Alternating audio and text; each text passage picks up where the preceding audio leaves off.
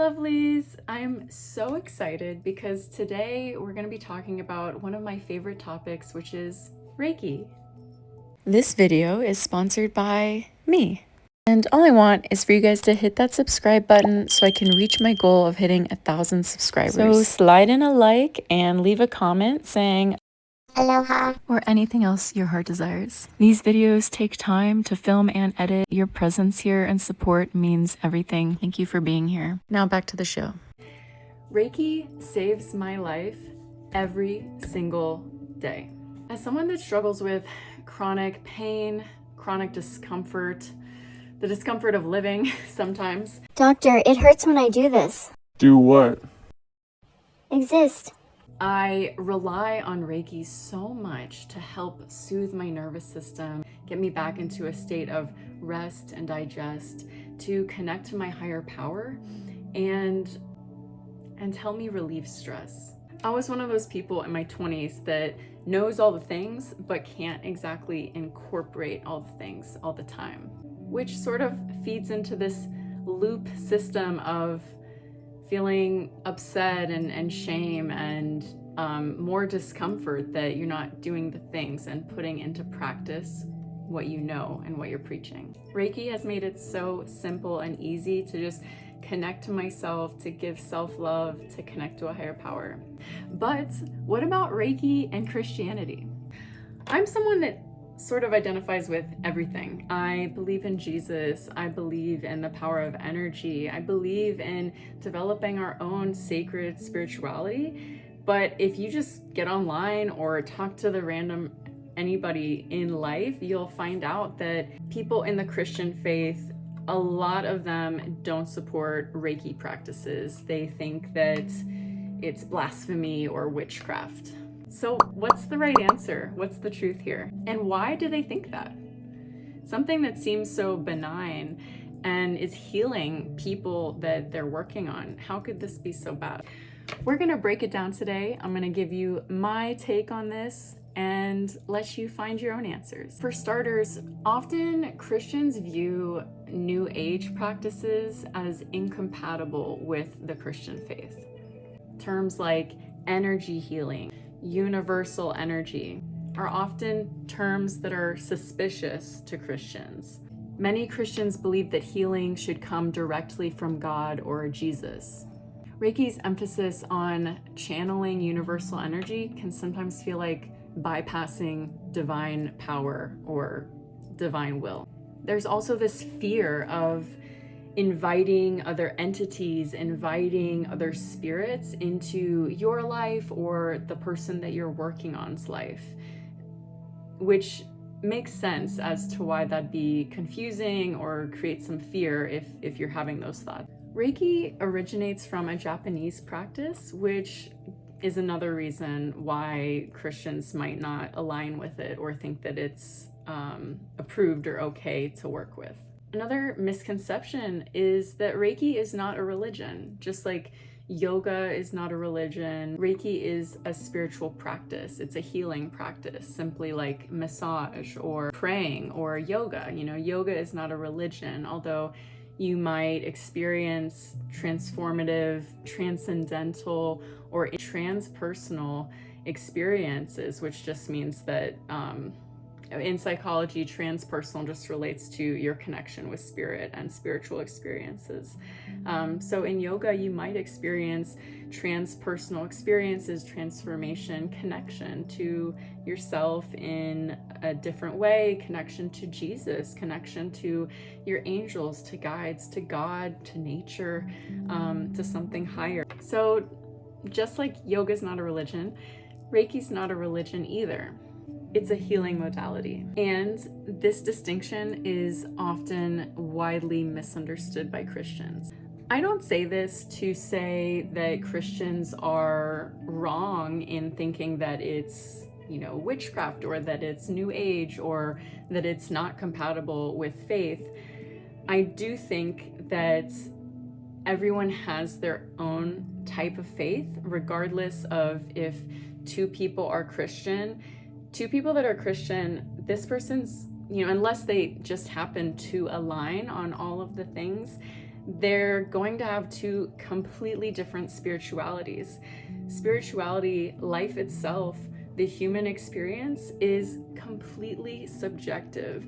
It's very difficult and very rare that two people will agree on the exact same thing. And even if they do agree on things, their experience of it, by definition, can never be the same, because your experience is completely unique and special and unique to you. Just as my experience is completely special and unique to me. In a lot of Reiki practices, they use hand symbols or symbols to draw with their finger, and often Reiki's origins and those symbols can feel incompatible to Western Christianity. The kind of Reiki that I practice is just a healing modality. There's no special symbols, there's no special words. There is a process similar to a prayer that you might say. You'd address a higher power, you'd call in that energy, and you'd address the things that you would like healing with and that you want to take shape and manifest in your life, asking from the divine. And then, thanking that energy as well. The kind of Reiki that I'm trained and practiced in is called Kundalini Reiki. And again, there's no special symbols or special things that you have to know. You sort of just need a willingness and openness to working with divine energy and God, and a willingness to heal and learn how to be in touch with your intuition and in touch with love and healing energy. There are some Bible verses like Deuteronomy 18:10 through 12, and they warn against sorcery, divination, and practices tied to the occult.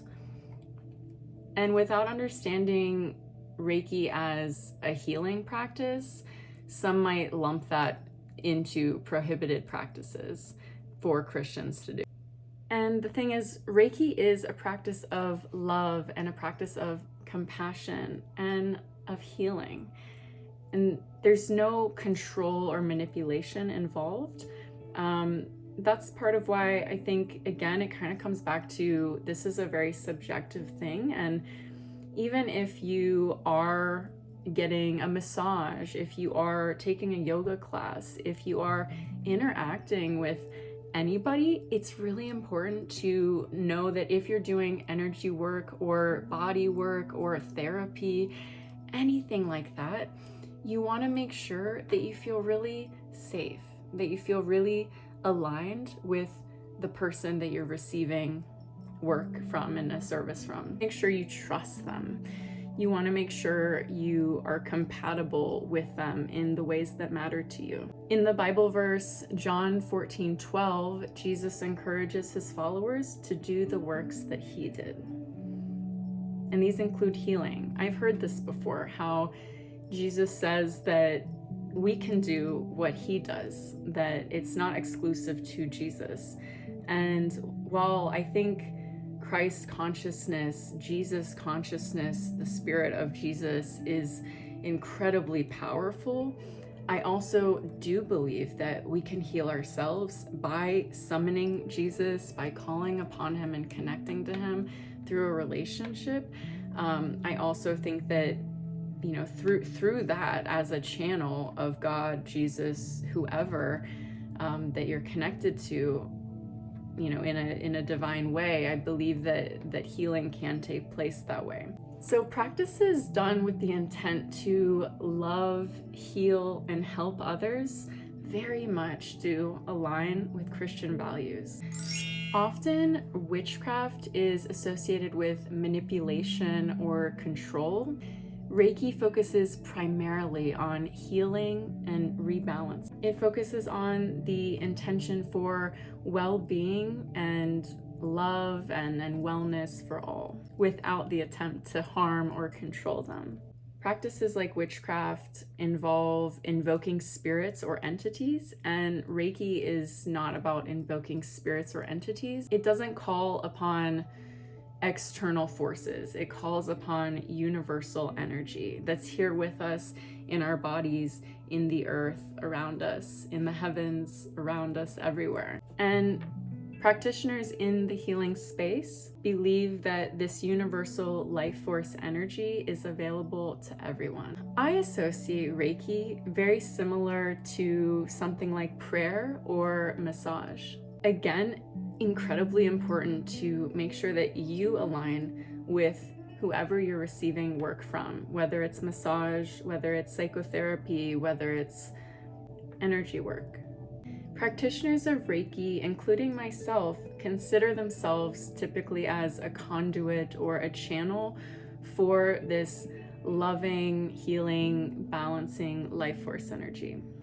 So I think it's really important that if you're praying, if you are doing some kind of ritual, if you are practicing Reiki, I think it really just matters if you feel in alignment with what you're doing, or if you're working with someone else, that you feel in alignment and trust what they're doing.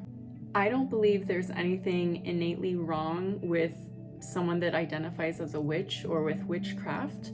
Obviously, I, think it's not right to try to manipulate others in a negative or harmful way. As someone that is in the helping profession and helps people for a living, my number one priority is primarily and always do no harm and what is best for my clients. So with that, I inversely totally take that advice when I'm working on myself and when I'm working with the world and when I'm working with others. I want to align with what's best for them, align with what's best and highest for me, and align with what I think is best for the world at large. My intentions are pure. I want peace and healing and love and, good juju for every single person alive right now and always. At the end of the day, Reiki, like any spiritual practice, is rooted in love and respect. Intention is key. If it's feeling right in your heart and it doesn't harm anyone else, then it aligns with spiritual goodness. Here's a Bible quote by John 14:12. Very truly, I tell you, whoever believes in me will do the works I have been doing. And they will do even greater things than these. Whoa. Because I am going to the Father. That's beautiful. This topic matters to me because I love practicing Reiki, and like I said, it saves my life every single day.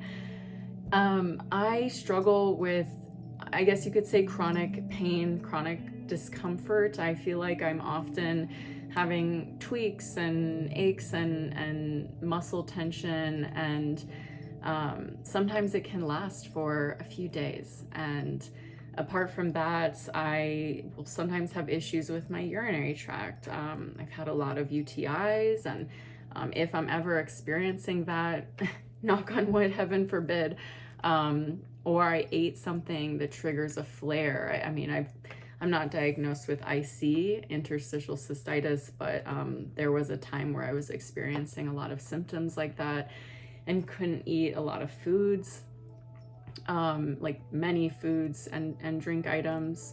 And to this day, I don't have coffee or alcohol because of that, and some other items that are more heavily containing caffeine.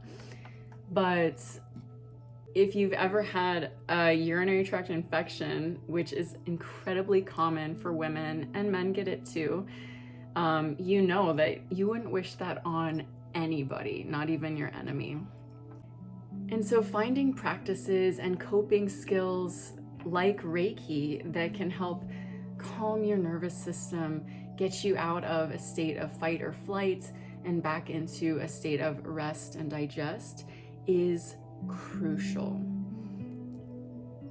I often will practice Reiki on myself in the morning, right when I wake up, and in the evening, right when I go to bed, usually. This is so important because it helps someone, myself, anybody, to get more in touch with their spiritual connection, more grounded, and again, back into a parasympathetic nervous system. A body system that is not stressed, that is calm, that is relaxed, is going to be way less likely to experience inflammation, stress, tension, all that stuff, cortisol, stuff that we don't want. So for me, I find Reiki a really beautiful practice among many other things. I wanted to make this video because this is a pretty big topic when people are coming into Reiki, or maybe they are into Reiki or other practices and they're a Christian. These two things, Reiki and Christianity, I find is a bit of a controversial subject. And people that do Reiki but are Christian are like, is this okay? Sometimes people that practice Reiki, sometimes Christian will let go of their Reiki practice because they think this isn't in alignment, God doesn't want me to do this. And I think that is totally fine if that works for you. I think spirituality is so subjective and so personal.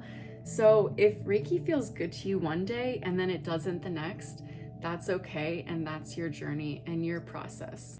To me, I find this stance of Christianity and Reiki to be personally very fear-based.